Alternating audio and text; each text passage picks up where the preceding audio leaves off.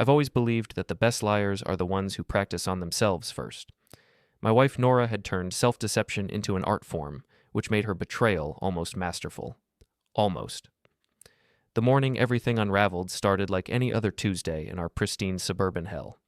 I was designing a Japanese garden for the Hendersons, people who thought bamboo was exotic and considered a koi pond the height of sophistication. My coffee had gone cold while I sketched drainage patterns, and Nora was humming in the kitchen, preparing for another one of her mysterious girls' nights. Before we dive deeper into this story, I have one small request. Please subscribe, drop a like, comment, and hit that hype button to boost this channel so more people can discover these incredible Reddit stories. "Don't wait up, Grant," she called, her voice carrying that particular tone of false cheer she'd perfected over the past 6 months. "Jessica's planning something special for tonight. You know how she gets with her theme parties." I looked up from my blueprints, studying my wife of 12 years as she applied lipstick with surgical precision. Nora had always been beautiful, but lately there was something different about her preparation rituals. More deliberate, more calculated. "Another theme party?" I asked, keeping my voice neutral. "What's this one? Desperate Housewives meets real estate moguls?" She laughed, but it sounded rehearsed. "Very funny. It's actually a wine tasting. Jessica found this new place downtown that does private events." "Sounds expensive." I set down my pencil and really looked at her. The dress was new, black, fitted, definitely not wine tasting with girlfriend's attire. That's quite an outfit for sniffing Chardonnay. "A girl likes to look nice, Grant. Not all of us can live in cargo shorts and polo shirts." Her smile was sharp enough to prune roses. Some of us still care about making an impression. There it was. The subtle dig, the implication that I'd somehow let myself go, that my success as a landscape architect wasn't enough to maintain her interest. I'd been hearing variations of this theme for months now, each comment designed to chip away at my confidence while she built her case for... What, exactly? "Have fun," I said, returning to my sketches.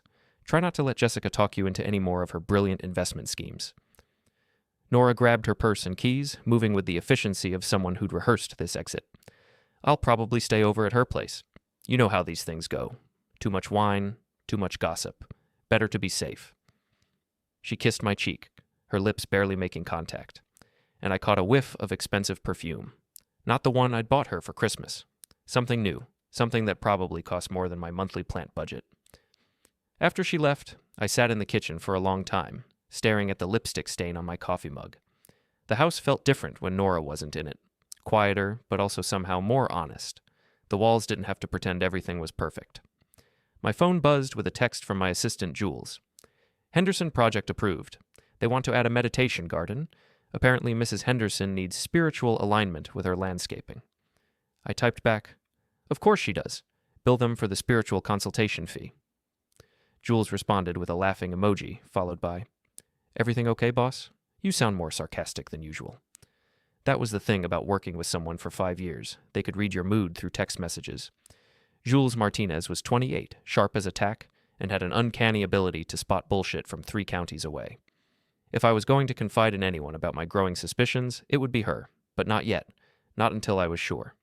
I spent the rest of the day working on the Henderson project, losing myself in the familiar rhythm of design and planning. There's something therapeutic about creating order from chaos, about taking a blank space and turning it into something beautiful and functional. If only marriages worked the same way. Around 6, I decided to grab dinner at Murphy's, the sports bar where I'd been going since college. The owner, Mike Murphy, was a good friend who served decent burgers and minded his own business. Perfect for a man who needed to think. "Grant," Mike called from behind the bar. "Haven't seen you in a while. Where's Nora?" "Girls' night," I said, sliding onto my usual stool. "Wine tasting with Jessica." Mike raised an eyebrow. "Jessica Morrison? The real estate lady?" "That's the one. Why?" "She was in here yesterday with her husband Tom. Mentioned they were going to visit her mother in Phoenix for the week. Left this morning, I think." The burger I'd been chewing suddenly tasted like cardboard. I forced myself to swallow, then took a long drink of beer to wash down the implications. "Maybe I misunderstood," I said carefully. Nora might have said it was someone else. But Mike was already shaking his head. "No, Jessica specifically mentioned how she felt bad about missing some wine thing Nora had invited her to. Said Nora would have to find other friends to go with." The floor of my carefully constructed world tilted slightly to the left. I finished my burger in mechanical bites, made small talk with Mike about the weather and the local baseball team's chances, then drove home through streets that looked exactly the same but felt completely foreign. Back in my house, our house, I walked through rooms that suddenly seemed like stage sets. The family photos on the mantel, the throw pillows Nora had arranged just so, the coffee table books about garden design that she'd bought to show interest in my work. All of it felt like props in a play I hadn't known I was performing in. I sat in my home office and stared at the computer screen, my fingers hovering over the keyboard. I could call Nora, confront her directly, but that would tip my hand before I knew what game we were playing. Instead, I opened our cell phone account online. We'd always shared everything, passwords, accounts, the mundane logistics of married life. Trust, Nora had always said, was the foundation of a good relationship. The phone records loaded slowly, each line of data a small revelation. Nora's phone had been very busy over the past 3 months. Lots of calls to a number I didn't recognize, mostly in the evenings after I'd gone to bed. The calls were long, 30 minutes, 45 minutes, some over an hour. I cross-referenced the number online. It belonged to Trey Dawson, owner of Dawson Marketing Solutions. I knew the name. Nora had mentioned him as a potential client, someone who might need copywriting services for his boutique agency. Apparently, their business relationship was very thorough. I leaned back in my chair and laughed, but there was no humor in it. The sound echoed in the empty house, hollow and bitter. My wife of 12 years, the woman who'd stood beside me at my father's funeral and held my hand during my mother's cancer treatments, was having an affair with a marketing executive named Trey Dawson. The evidence was right there in black and white. Hundreds of calls, text messages at all hours, and a pattern of lies that stretched back months. All those girls' nights, all those sudden work trips, all those times she'd been too tired to spend time with me but somehow had energy for mysterious adventures with Jessica. Except Jessica was in Phoenix, visiting her mother and feeling bad about missing wine night. I sat in the dark for a long time, listening to the house settle around me. Somewhere in the distance, a dog was barking, and I could hear the faint sound of traffic on the main road. Normal sounds of a normal Tuesday night in suburbia, where normal people were living their normal lives without discovering that their marriages were elaborate fictions. But as I sat there, something interesting happened. The initial shock and hurt began to crystallize into something else entirely. Something colder and more focused. Nora thought she was clever. She thought I was the boring landscape architect who was too busy with his plants and drainage systems to notice her carefully constructed deceptions. She'd been counting on my trust, my assumption that the woman I'd married was incapable of such systematic betrayal. She'd made one critical miscalculation. She'd underestimated me. I opened a new browser window and started researching Trey Dawson. His company website featured glossy photos of him shaking hands with clients, accepting awards, posing next to expensive cars. He was handsome in that generic corporate way. Perfect teeth, perfect hair, perfect suit. The kind of man who probably used words like synergy and paradigm shift in casual conversation. His social media profiles painted a picture of success and sophistication.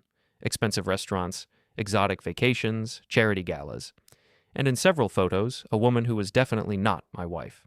A tall brunette with sharp eyes and a smile that suggested she could cut glass with her wit.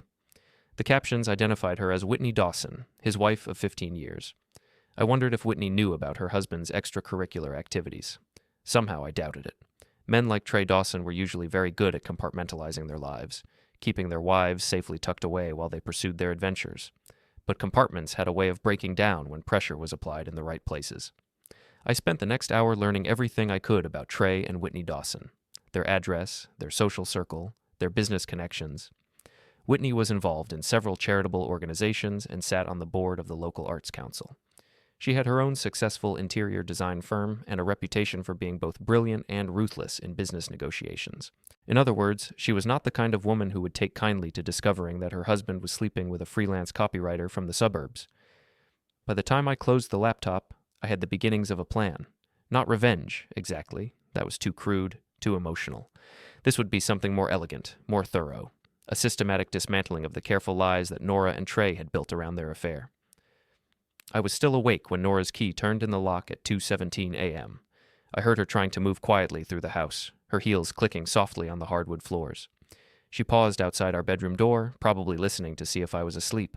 I kept my breathing steady and even, playing the part of the oblivious husband one last time. She slipped into the bathroom, and I heard the shower running for a long time. Washing off the evidence, I supposed. When she finally slid into bed beside me, she smelled like hotel soap and guilt. "How was wine night?" I asked softly. She stiffened for just a moment. "It was fine. Jessica's friend had some really interesting vintages. I think I drank too much. I'm sure you did. She settled into her pillow, and within minutes, her breathing had evened out into sleep. The sleep of someone with a clear conscience, or at least someone who'd convinced herself that her conscience was clear. I lay there in the dark, listening to my wife sleep, and planned the destruction of her perfectly constructed lie. The next morning, Nora was all domestic efficiency, making coffee and toast as if she hadn't spent the night in another man's bed. She'd always been good at compartmentalizing, but watching her perform the role of devoted wife while the scent of unfamiliar soap still clung to her hair was almost impressive in its audacity.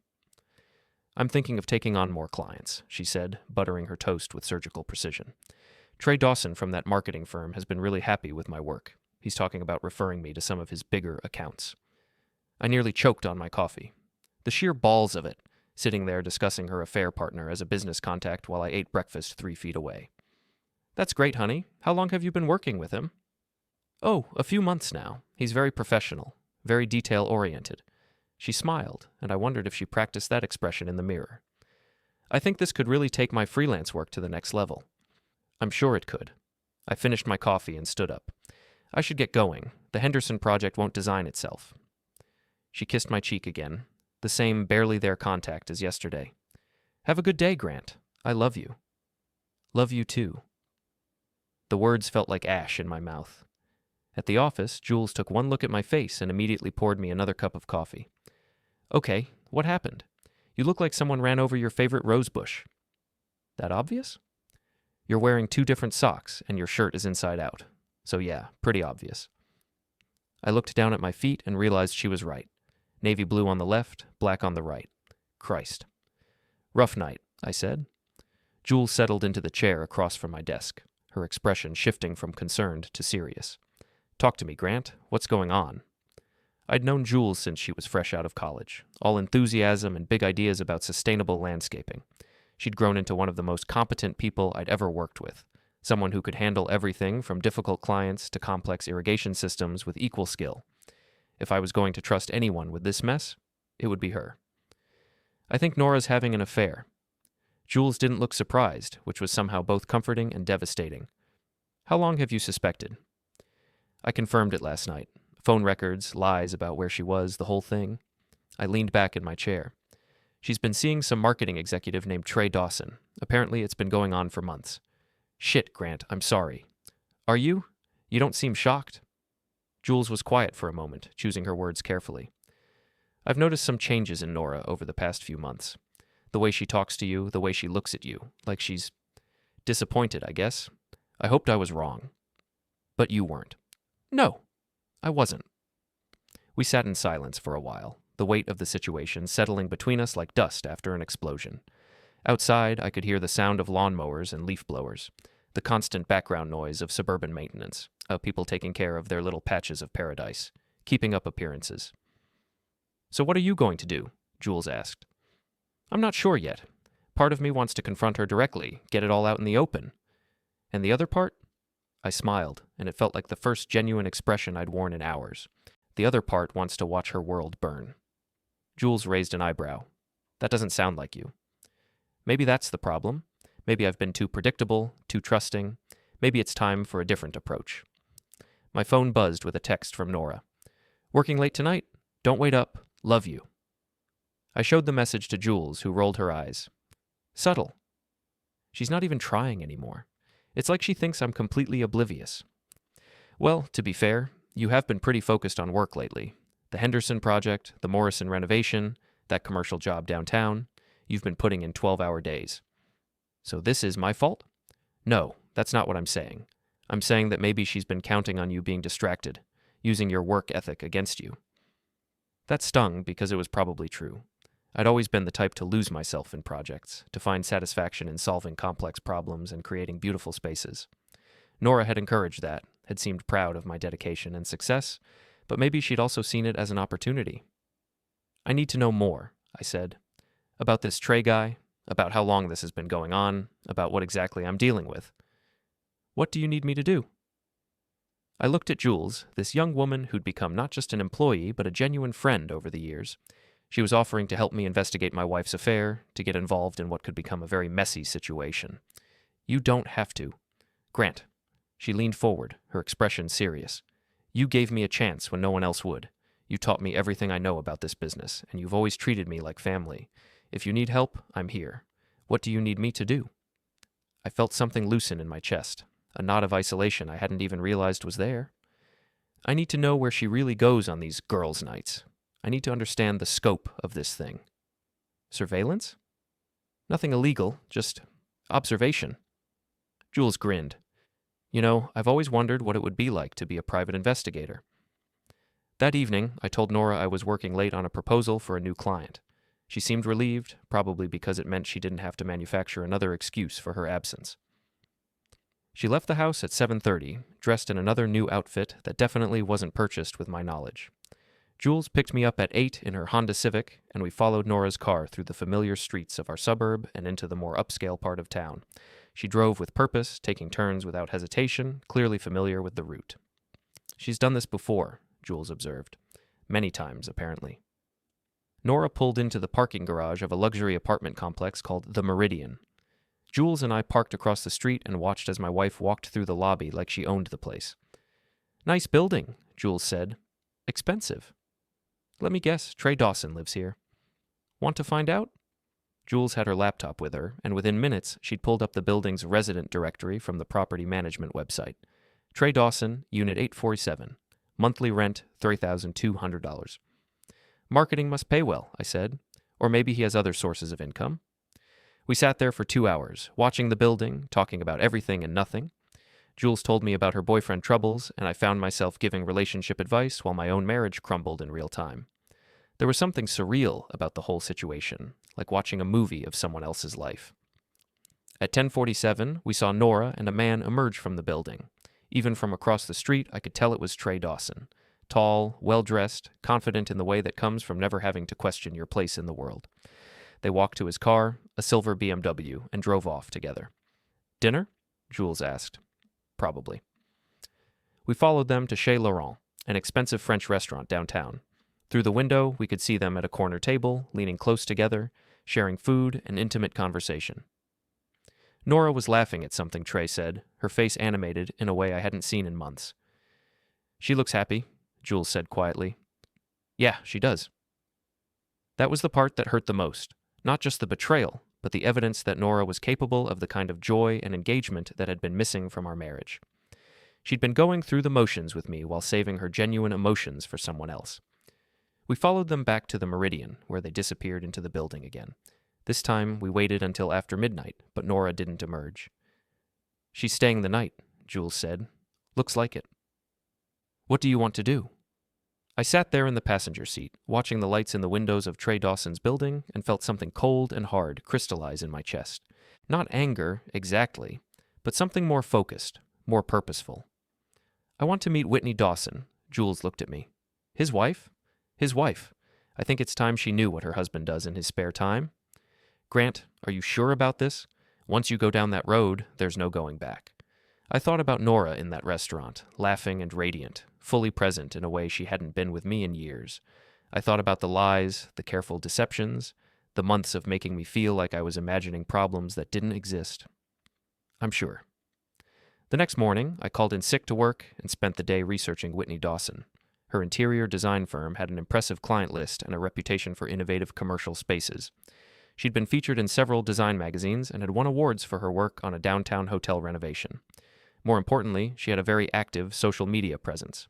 Instagram photos of completed projects, behind-the-scenes shots of her team at work, and personal glimpses of her life with Trey. They looked happy together, or at least they had until recently. The most recent photos of them together were from 3 months ago, right around the time Nora's affair had begun. I found Whitney's business address and drove downtown to her office. The building was sleek and modern, the kind of place where people wore expensive suits and discussed million-dollar projects over artisanal coffee. Whitney Dawson was exactly what I'd expected, polished, professional, and intimidating in the way that successful women often are. She was meeting with a client when I arrived, but her assistant said she could see me in 20 minutes. I waited in the lobby, surrounded by examples of her work, photographs of beautifully designed spaces that probably cost more than my annual salary. This was Nora's competition, I realized. This was the kind of woman Trey Dawson was married to, which made his affair with my wife even more insulting. Mr. Holloway? Whitney's voice was crisp and professional. I understand you wanted to discuss a potential project? Actually, Mrs. Dawson, I wanted to discuss your husband. Her expression didn't change, but something shifted behind her eyes. I'm sorry. I think we should talk privately. She led me into her office, a space that managed to be both elegant and intimidating. Floor-to-ceiling windows overlooked the city, and the furniture looked like it belonged in a museum. What about my husband? She asked, settling behind her desk like a general preparing for battle. I pulled out my phone and showed her the photos Jules had taken the night before, Trey and Nora at the restaurant, walking together, clearly intimate. Whitney looked at the photos for a long time, her face expressionless. When she finally looked up, her eyes were cold as winter. How long? She asked. At least 3 months, probably longer. I only found out yesterday. Your wife? Nora. She's been telling me she's having girls' nights out. Whitney laughed, but there was no humor in it. Girls' nights. How original. She stood up and walked to the window, looking out at the city below. I've suspected something was wrong for a while now. Trey's been different. Distracted. Coming home late. Taking mysterious phone calls. I'm sorry to be the one to tell you.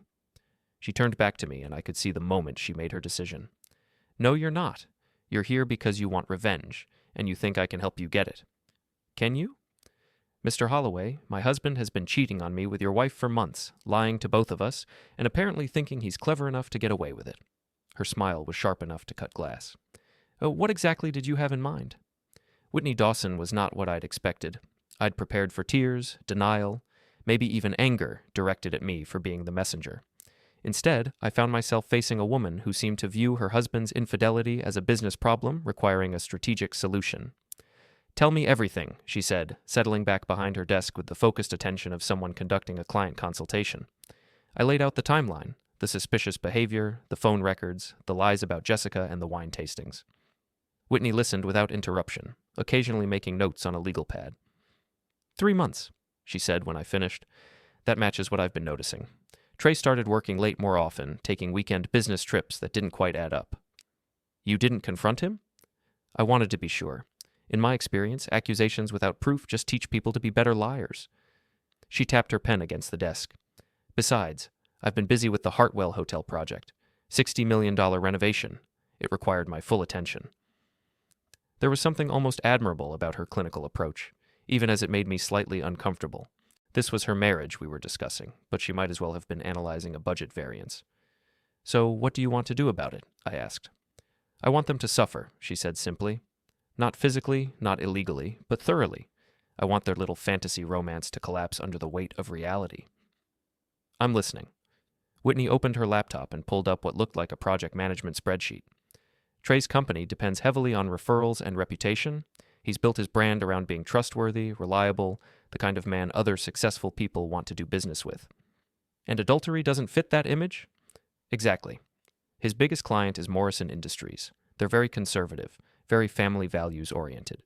The CEO's wife sits on the board of 3 different Christian charities. I was starting to see where this was going. What about Nora? Your wife's freelance business is small, but she's been trying to build it up, right? Probably sees Trey as her ticket to bigger clients, better projects. She mentioned wanting to take things to the next level. Well, she's about to learn that some levels are harder to reach than others. Whitney closed the laptop and leaned forward. Here's what I'm thinking. We don't just expose the affair.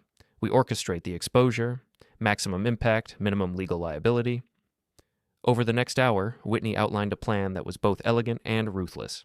We would document everything, build an airtight case, and then systematically dismantle the lives Nora and Trey had built around their deception.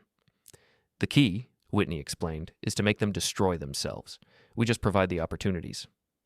That sounds almost too sophisticated. Mr. Holloway, Grant, I didn't build $1 million business by being naive about human nature. People like Trey and your wife think they're smarter than everyone else. They get careless. We're going to use that carelessness against them. I left Whitney's office with a detailed action plan and a strange sense of partnership. For the first time since discovering Nora's betrayal, I felt like I wasn't facing this alone. That evening, Nora came home early, full of cheerful energy and domestic attention. She cooked dinner, asked about my day, even suggested we watch a movie together. The performance was so convincing that I almost believed it myself. You seem happy, I said as we sat on the couch, pretending to watch some romantic comedy she'd chosen. I am happy. Work's going well, we're doing well. I feel like things are really coming together, you know? The irony was breathtaking. She was happy because she was living a double life, getting emotional fulfillment from her affair while maintaining the security and respectability of marriage. The best of both worlds, as long as no one found out. That's great, honey. I'm glad you're feeling good about things. She curled up against me, and for a moment, I felt a flicker of the old connection we'd once shared. Then I remembered the photos of her with Trey, the intimate laughter, the way she'd looked at him with genuine affection. Grant? Her voice was soft, almost vulnerable. Do you ever think about the future? About what we want our lives to look like in 5 years? The question caught me off guard. What do you mean? I don't know. Sometimes I feel like we're just going through the motions, you know? Like we're living the life we're supposed to want instead of the life we actually want. I stared at the television screen, processing her words. Was this her way of preparing me for the end of our marriage? Was she testing the waters, seeing if I'd be receptive to the idea of separation? I think we have a good life, I said carefully. We've built something together. We have, she agreed, but maybe we've built it too safely. Maybe we've gotten too comfortable. Comfortable isn't necessarily bad. No, but it's not exciting either. There it was, the real issue. Trey Dawson was exciting in a way that I, apparently, was not. He represented adventure, passion, all the things that were missing from our suburban routine. What would make things more exciting for you? I asked. She was quiet for a long time. I don't know. Maybe that's the problem. But she did know. She'd found her excitement in the arms of another woman's husband, and she was sitting here next to me, pretending to search for something she'd already discovered. The next morning, Whitney called with an update. I hired a private investigator. Professional-grade surveillance, admissible evidence, the whole thing. Expensive? Worth every penny. We'll have photographs, video, documentation of their meetings. Everything we need to make our case. When do we move? Soon. But first, I want to set the stage. Trey's company is bidding on a big contract with Morrison Industries next week. I think that would be the perfect time for some revelations to come to light. What do you need me to do? Keep playing the oblivious husband. Let Nora think she's safe. The more confident they get, the more careless they'll become. That was easier said than done. Watching Nora lie to my face day after day was like slowly swallowing poison, but I forced myself to maintain the performance, to be the trusting husband who never questioned her stories. Jules helped by providing a distraction in the form of increasingly demanding clients. The Hendersons had decided they wanted to completely redesign their meditation garden. The Morrisons were adding a pool house that required extensive landscaping, and we'd picked up 2 new commercial projects that would keep us busy through the fall. You're throwing yourself into work, Jules observed one afternoon as we reviewed plans for the Morrison project. It's better than the alternative? Which is? Confronting my wife and her boyfriend with a shovel. Jules laughed. That would be bad for business. Terrible for business. Hard to build a client base from prison. But the truth was, I was discovering that I had a talent for deception that I'd never known existed. I could smile at Nora over breakfast while mentally cataloging her lies. I could make small talk about her day while planning her downfall. It was almost liberating, in a twisted way. The breakthrough came on a Thursday evening. Nora had gone to another work meeting with Trey, and I was home alone when my phone rang. Grant, it's Whitney. We got them. Got them how? The investigator followed them to the Riverside Inn. They're registered under the name Mr. and Mrs. Smith. Apparently, they think they're in a spy movie. We have photos of them checking in, photos of them in the restaurant, everything. What's our next move? Tomorrow is Trey's big presentation to Morrison Industries. I think it's time they learned what kind of man they're considering doing business with. My heart was pounding, but my voice was steady. What do you need me to do? Meet me at my office at 9 a.m. We're going to make some deliveries. That night, I lay in bed next to Nora, listening to her sleep and thinking about the photos Whitney had described. My wife and her lover, playing house at a cheap hotel, living out their romantic fantasy while their real lives waited at home. In the morning, Nora was full of energy again, humming as she got dressed for another day of freelance work. I might be late tonight, she said, applying lipstick with that same surgical precision. Trey has a big presentation today, and he wants me to be available in case he needs any last-minute changes to the materials I wrote. Sounds important. It could be really big for both of us. If he gets this contract, he's promised to recommend me for some major projects. I wondered if she actually believed that, or if she was just telling herself whatever she needed to hear to justify the affair. Either way, she was about to learn that some promises aren't worth the breath used to make them. Good luck, I said, kissing her cheek. Thanks, honey. You're the best. An hour later, I was sitting in Whitney's office, watching her prepare an envelope with the care of a surgeon preparing for an operation. Second thoughts? She asked. None. Good, because after today, there's no going back. She sealed the envelope and handed it to me. Inside were copies of the photographs, phone records, and a detailed timeline of the affair. Everything Morrison Industries would need to understand exactly what kind of man they were considering as a business partner. Ready? Whitney asked. Let's do this. We walked out of her office together, two people united by betrayal and a shared desire for justice, or revenge. At this point, I wasn't sure there was a difference. The Morrison Industries building was a gleaming monument to corporate success, all glass and steel reaching toward a sky that seemed impossibly blue for such a dark day. Whitney and I sat in her car in the parking garage, watching employees stream into the building for another day of meetings and presentations. Trey's presentation is scheduled for 10:30, Whitney said, checking her phone. That gives us 20 minutes to get this to the right people. Are you sure about this? Once we do this, there's no taking it back. Whitney looked at me with something that might have been pity. Grant, they took it past the point of no return months ago. We're just making sure there are consequences. She was right, of course. Nora and Trey had made their choices, built their lies, and counted on the rest of us being too trusting or too stupid to figure it out. They'd gambled that they could have their affair without paying any real price for it. They'd gambled wrong. We took the elevator to the 15th floor, where Morrison Industries had their executive offices. The receptionist was a young woman with a professional smile and the kind of efficiency that comes from working for demanding people. We're here to see Mr. James Morrison, Whitney said. It's regarding the presentation scheduled for this morning. Do you have an appointment? No, but I think he'll want to see this before the presentation begins. Whitney handed her a sealed envelope marked Confidential, Mr. Morrison only. The receptionist looked uncertain. I'm not sure. Please tell Mr. Morrison that Whitney Dawson is here with information about Trey Dawson's suitability as a business partner, time-sensitive information. Something in Whitney's tone must have convinced her because she picked up the phone and spoke quietly to someone on the other end. After a brief conversation, she hung up and smiled. Mr. Morrison will see you in 5 minutes. We waited in a conference room that overlooked the city, watching people go about their normal lives while we prepared to detonate someone else's. I thought about Nora, probably getting ready for what she expected to be a career-defining day, and felt a strange mixture of anticipation and regret. James Morrison was exactly what I'd expected, a man in his 60s with silver hair, and the kind of presence that comes from decades of making important decisions. He entered the conference room with the brisk efficiency of someone whose time was valuable. Mrs. Dawson, I understand you have information about your husband. I do. Whitney slid the envelope across the table.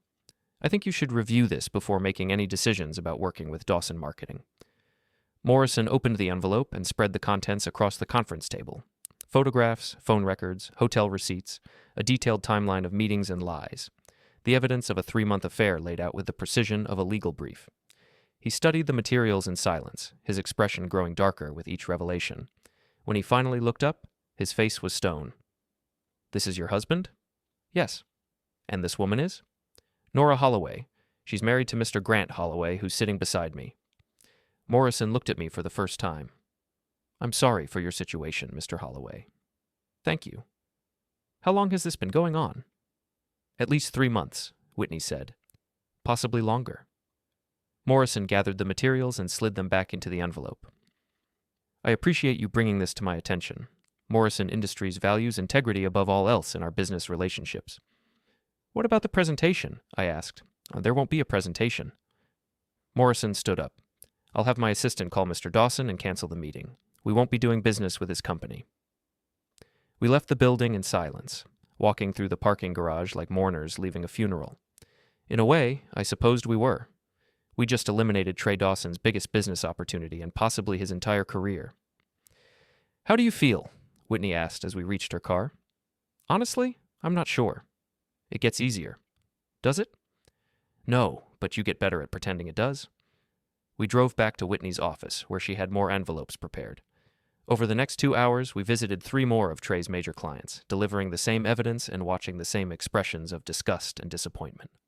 By noon, Trey Dawson's professional reputation was in ruins. What now? I asked as we sat in Whitney's office, surrounded by the debris of our morning's work. Now we wait for the phone calls. She was right. My phone started ringing at 12:47 p.m.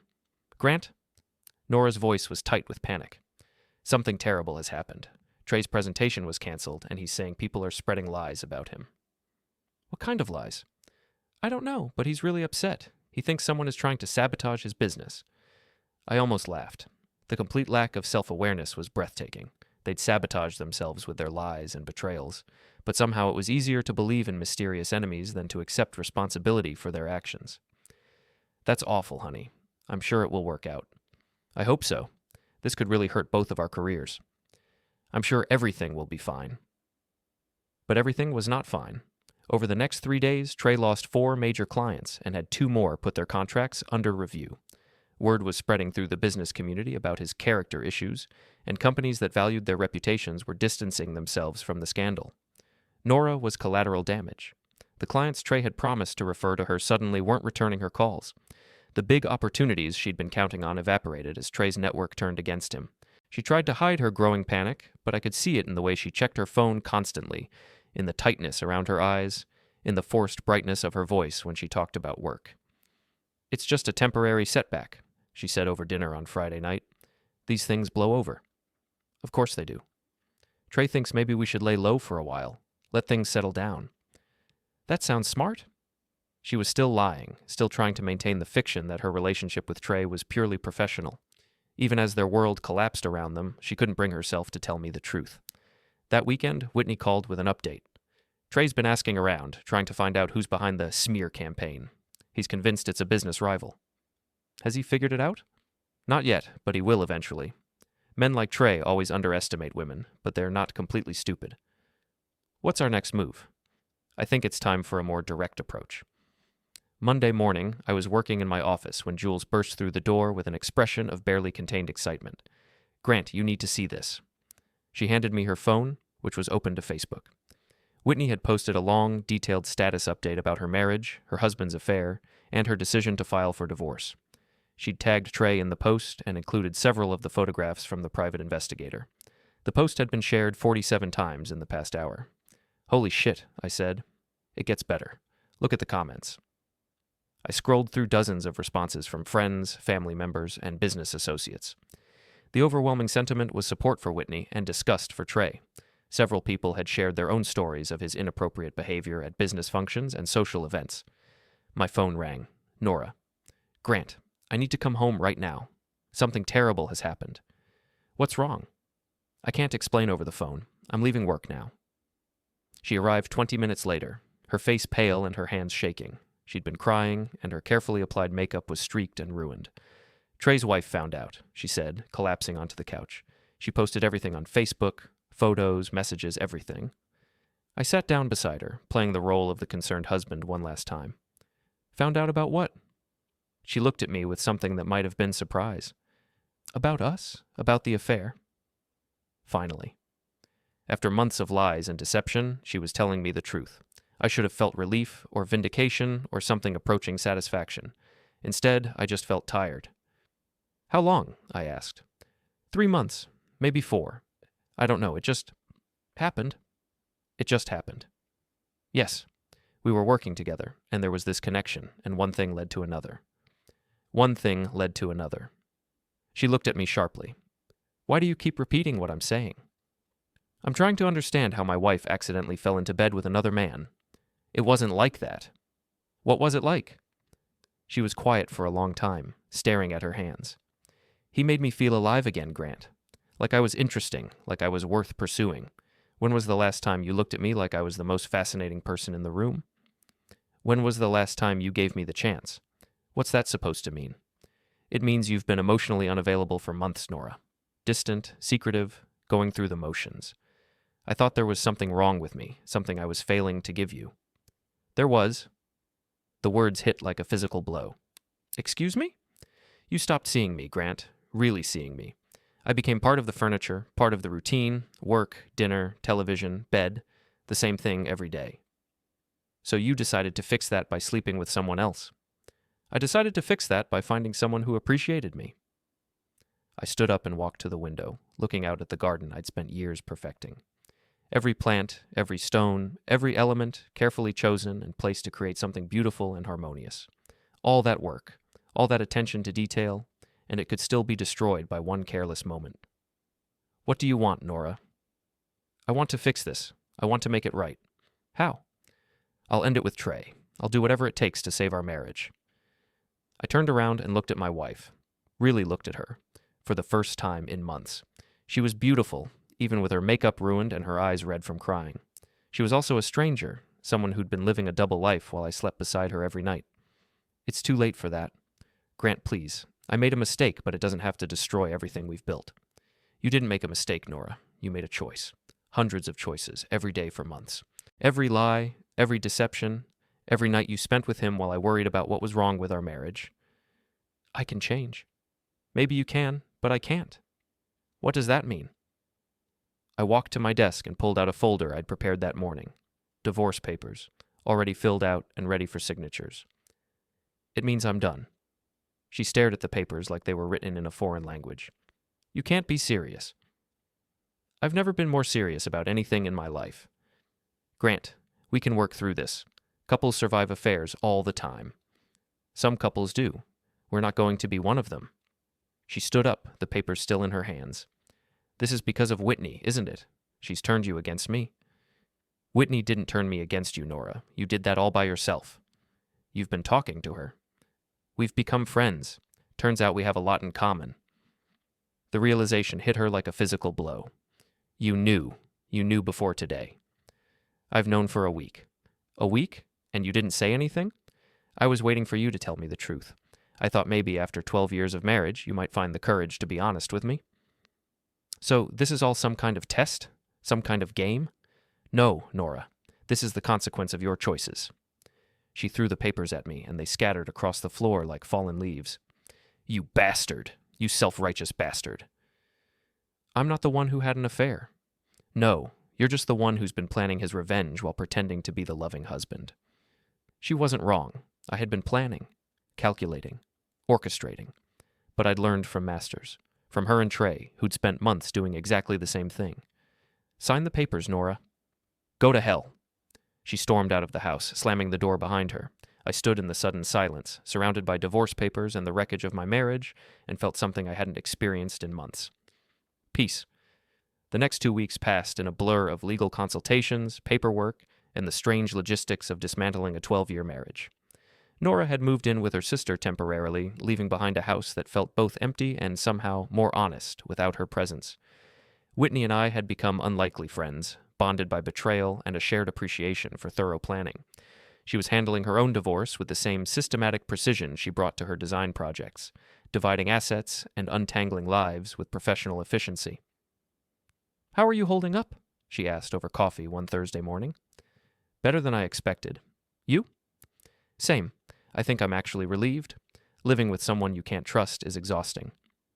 Any word from Trey? He's been calling constantly, trying to explain, trying to apologize. Yesterday he sent flowers to my office with a note saying he wanted to work things out. What did you do?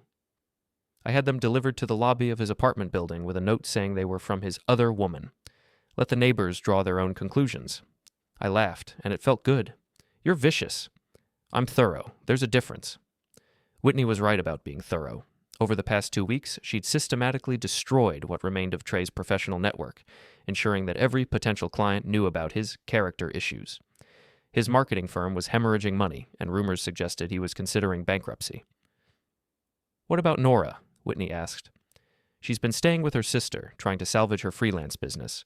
Most of her clients have dropped her, though, guilt by association. Do you feel bad about that? I considered the question. A month ago, I would have said yes immediately. Now, after weeks of processing the systematic nature of Nora's betrayal, I wasn't sure. I feel bad that it came to this, I said finally. But I don't feel bad about the consequences. She made her choices. And now she gets to live with them. We all do. That afternoon, Jules and I were working on final plans for the Morrison project when my phone rang. Nora. Grant, we need to talk. I thought we'd said everything that needed to be said. Please, just give me an hour. There are things you need to know. Against my better judgment, I agreed to meet her at Murphy's. Neutral ground, public place, witnesses if things got ugly. She was already there when I arrived, sitting in a corner booth with a cup of coffee that had clearly gone cold. She looked tired, older somehow, like the past 2 weeks had aged her years. "Thank you for coming," she said as I sat down. "What did you want to talk about?" "I want to explain. Really explain, not just the surface stuff. Nora, please, let me say this." I nodded, and she took a deep breath. "You were right about the choices. It wasn't one mistake. It was hundreds of small decisions that led me away from our marriage and towards something that felt easier." Easier? With Trey, I could be the version of myself that I liked best. Successful, desirable, interesting. With you, I felt like I was just ordinary. You were never ordinary to me. But I was ordinary to me. Do you understand the difference? I did, actually. I understood the seductive appeal of reinvention, of finding someone who saw you as the person you wanted to be rather than the person you actually were. That doesn't excuse what you did. No, it doesn't, but it explains it. She leaned forward. "Grant, I know I hurt you. I know I destroyed your trust and probably your ability to love me. But I need you to know that it was never about you not being enough. It was about me not being enough for myself." "So you found someone who made you feel like enough." "I found someone who made me feel like someone else entirely. Someone more exciting, more adventurous, more..." She trailed off. "More what?" "More like the person I thought I was supposed to be." We sat in silence for a while, the weight of 12 years of marriage settling between us like dust. I thought about the woman I'd fallen in love with, the one who'd laughed at my jokes and supported my dreams and made me feel like I could build something lasting and beautiful. What happened to us, Nora? I think we got comfortable, and then I got scared that comfortable was all we'd ever be. So you blew it up. So I blew it up. Mike Murphy appeared at our table with fresh coffee and the kind of tactful silence that comes from years of witnessing other people's drama. "How's Trey?" I asked after Mike left. "Destroyed. His business is finished, Whitney took him for everything in the divorce, and his reputation is ruined. He's talking about leaving town, starting over somewhere else. And you?" "I'm trying to rebuild. It's hard when everyone knows what you did, but I'm working on it. Are you still seeing him?" She shook her head. That ended the day Whitney posted on Facebook. Hard to maintain a romantic fantasy when the whole world knows you're a cliché. "What do you want from me, Nora?" "I want you to know that I'm sorry. Really, truly sorry. Not just for getting caught, but for all of it. For the lies, for the betrayal, for throwing away something good because I was too scared to figure out how to make it better." "Okay. And I want you to know that you're going to be fine. Better than fine. You're going to find someone who appreciates what you have to offer, someone who doesn't need you to be anything other than exactly who you are." "Are you? Am I what? Going to be fine?" She smiled, and for the first time in months, it looked genuine. "I think so. It's going to take time, and it's going to be hard, but I think I'm finally ready to figure out who I actually am instead of who I think I should be." We finished our coffee and said goodbye in the parking lot. It wasn't closure, exactly, but it was something, an acknowledgement of what we'd had, and what we'd lost, and what we'd learned from both. "Grant," I turned back. "For what it's worth, I think Whitney's lucky to have you as a friend. You're a good man. I just forgot how to see it." I watched her drive away, and then I went home to my empty house and my perfect garden and my life that was finally completely honest. 3 months later, Jules and I were putting the finishing touches on the Morrison project when Whitney called. "Grant, I have news." "Good news or bad news?" "Depends on your perspective. Trey left town yesterday. Apparently he's moving to Phoenix to start fresh." "How do you feel about that?" "Relieved. It's easier to move forward when the past isn't lurking around every corner." "What about you? Any plans to start fresh?" "Actually, yes. I'm thinking about expanding the business. Maybe opening a second location. I've been looking at properties, and I found this beautiful building with space for offices and a design showroom." "Sounds exciting." "It is. There's just one problem." "What's that?" "The building has this terrible courtyard. Concrete and weeds, absolutely no character. I need someone who understands how to create beautiful outdoor spaces." I smiled. "I might know someone who could help with that." "Really? Someone reliable? Someone trustworthy?" "Someone who's very good at creating order from chaos." "Perfect. Can you have him call me?" "I'll have him call you right now." 6 months after that, Whitney's new building was finished, complete with a courtyard that had been featured in 3 design magazines and won an award from the city's beautification committee. The project had led to 5 more commercial contracts and a reputation for innovative landscape design that had my phone ringing constantly. Jules had been promoted to partner, and we'd hired 2 new designers to handle the increased workload. The business was thriving in ways I'd never imagined possible. I was working late one evening, finishing plans for a hotel renovation, when Whitney appeared in my office doorway with takeout containers and a bottle of wine. Thought you might be hungry, she said. Starving, actually. We ate Chinese food and talked about work, about her latest projects and my newest clients. It had become a comfortable routine over the past few months. Two people who'd been through hell together, building something new from the ashes of their old lives. Any word from Nora? Whitney asked. She sent a card last month. She's doing well, apparently. Started a small marketing firm in Portland, focusing on sustainable businesses. Good for her. Yeah, I think the distance is good for both of us. Do you miss it? Being married? I considered the question. I miss the idea of it. The partnership, the shared goals, the sense of building something together. But I don't miss the lies or the uncertainty or the feeling that I was failing at something I couldn't even name. What about now? Are you happy? I'm content, and I'm honest. After everything that happened, that feels like enough. Whitney smiled. Enough is underrated. Enough is perfect. We finished dinner and cleaned up the office, working together with the easy efficiency of people who understood each other's rhythms. As we prepared to leave, Whitney turned to me with an expression I couldn't quite read. Grant? Yeah? I'm glad Nora was an idiot. I laughed. That's a terrible thing to say. But true. If she hadn't blown up your marriage, we never would have met. I never would have gotten my perfect courtyard, and you never would have discovered how good you are at revenge. I prefer to think of it as justice. Call it whatever you want. You're good at it. We walked out into the evening air, and I looked back at the building we'd transformed together. Whitney's vision and my execution, creating something beautiful and functional and honest. Want to grab a drink? Whitney asked. I'd like that.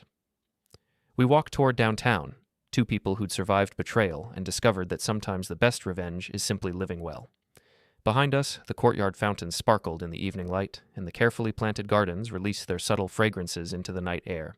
It wasn't the life I'd planned, but it was the life I'd chosen, and for the first time in years, that felt like exactly enough.